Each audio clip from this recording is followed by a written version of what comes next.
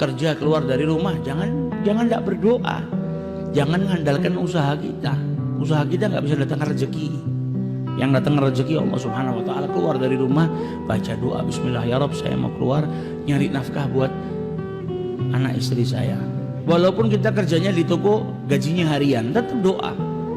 Karena bisa jadi hari itu kau tidak dapat rezeki kalau Allah nggak mau. Keluar ke tempat kerjamu kobongan, selesai. Bukan hanya dapat gaji, besok tidak kerja lagi. Makanya manfaatnya kita berdoa supaya Allah terus mendawamkan, memberikan rezekinya kepada kita. Jadi rezeki ini datang bukan karena usaha kita. Perang Badar tadi yang jumlahnya umat Islam 314 orang, sama Allah diturunkan para malaikat untuk bantu umat Islam. Tapi bukan karena adanya malaikat umat Islam menang, tidak. Karena kemenangan dijanjikan sama Allah.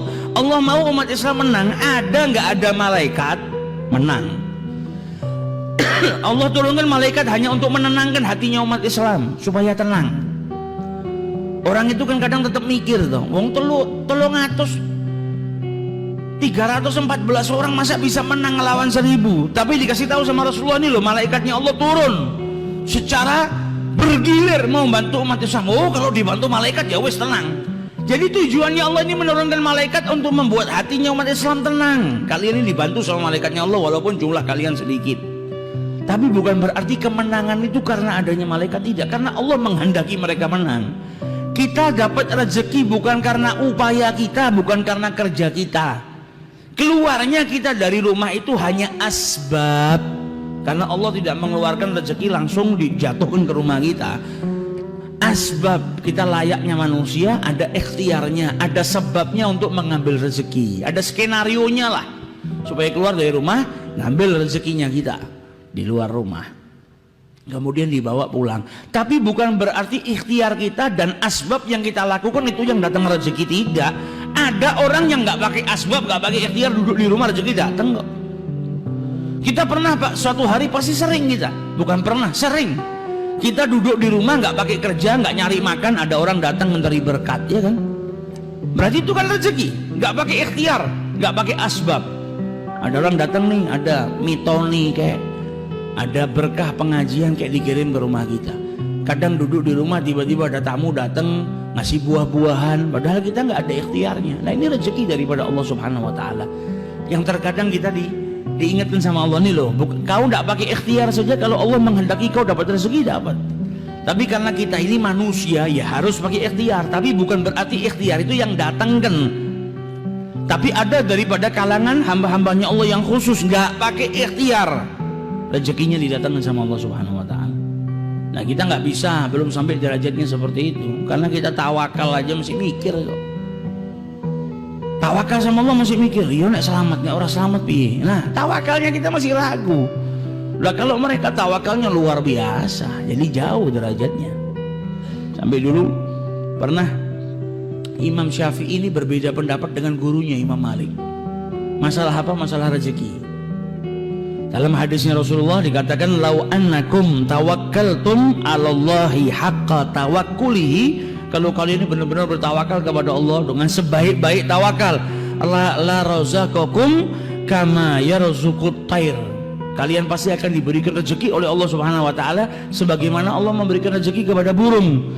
Taghdu, burung itu keluar di pagi hari dalam keadaan khisaman, perutnya kosong lapar, kemudian kembali dalam keadaan kenyang. Nah Imam Malik bilang apa? Di sini yang paling penting tawakalnya. Kalau orang tawakalnya kepada Allah Subhanahu Wa Taala haqqa tawakkulihi, benar-benar bertawakal kepada Allah Subhanahu Wa Taala, nggak pakai ikhtiar, rezeki datang. Imam Syafi'i bilang enggak, karena ada perbandingan seperti burung yang keluar di pagi hari dalam keadaan perutnya kosong, kembali dalam keadaan lapar. Berarti kan ada ikhtiarnya, keluar dulu dari rumah untuk cari pengisi perut. Ada perbedaan pendapat, tapi orang dulu kalau beda pendapat indah, tidak kayak orang sekarang berbeda pendapat kafir-kafiran, iya kan? Malah musuhan, malah mencaci satu sama yang lain. Perbedaan pendapat ini rahmah, jangan dirubah jadi balwa, bencana. Imam Syafi'i punya pendapat seperti ini, Imam Malik punya pendapat seperti ini. Akhirnya Imam Syafi'i keluar dari rumahnya Imam Malik sambil berpikir, masih belum puas dia. Enggak, orang cari rezeki harus ikhtiar. Ya benar. Pendapatnya Imam Syafi'i benar, pendapatnya Imam Malik juga benar. Terkadang ada orang tanpa berikhtiar dikirimkan rezekinya sama Allah Subhanahu wa taala ke rumah. Tapi kadang juga ada waktunya kita berikhtiar kepada Allah Subhanahu wa taala. Maka di tengah jalan Imam Syafi'i ketemu sama orang tua, mau bawa kurma satu karung, ngangkat gak kuat, habis panen. Maka kata Imam Syafi'i, sini saya bantu. Dibantu sama Imam Syafi'i, dibawakan sampai ke rumahnya. Sampai di rumahnya pemilik kurma tadi, karena sudah bantu, diambilkan kurma, diberikan kepada Imam Syafi'i. Ini kurma buat kau, kau tadi sudah bantu saya. Maka diterima sama Al-Imam Syafi'i.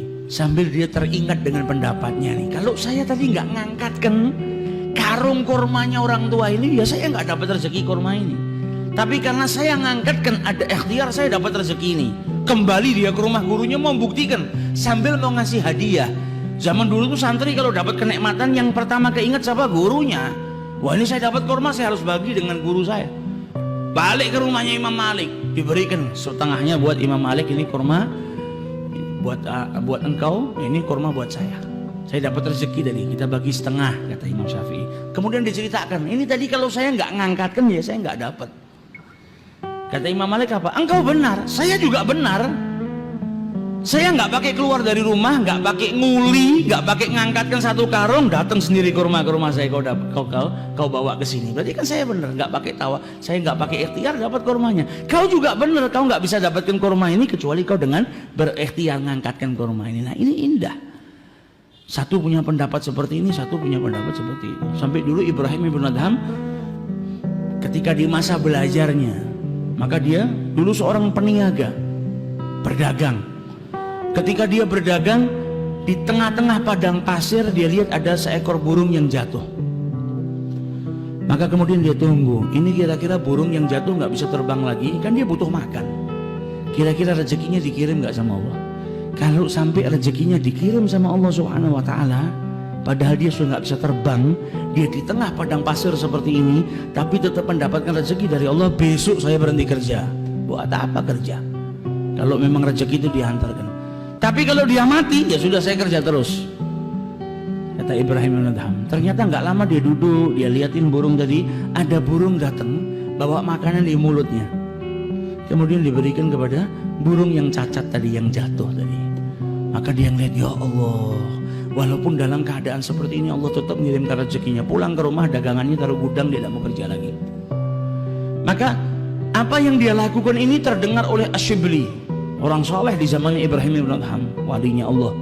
Dengar kalau Ibrahim ibn Adham nggak mau kerja gara-gara ngelihat burung yang jatuh, dikasih makan sama burung yang lain, diantarkan, nggak perlu kerja.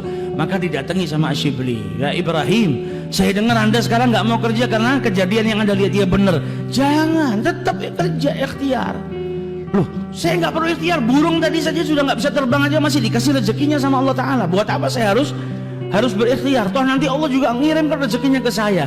Kata Asyibli, ya Ibrahim, kenapa engkau malah memilih burung yang lemah, nggak bisa terbang, dan hanya menunggu rezeki yang datang dari burung yang dimasukkan ke dalam mulutnya? Jadilah engkau burung yang kuat, yang datang bawa makanan, memberikan kepada burung-burung yang lemah tadi yang tidak bisa terbang.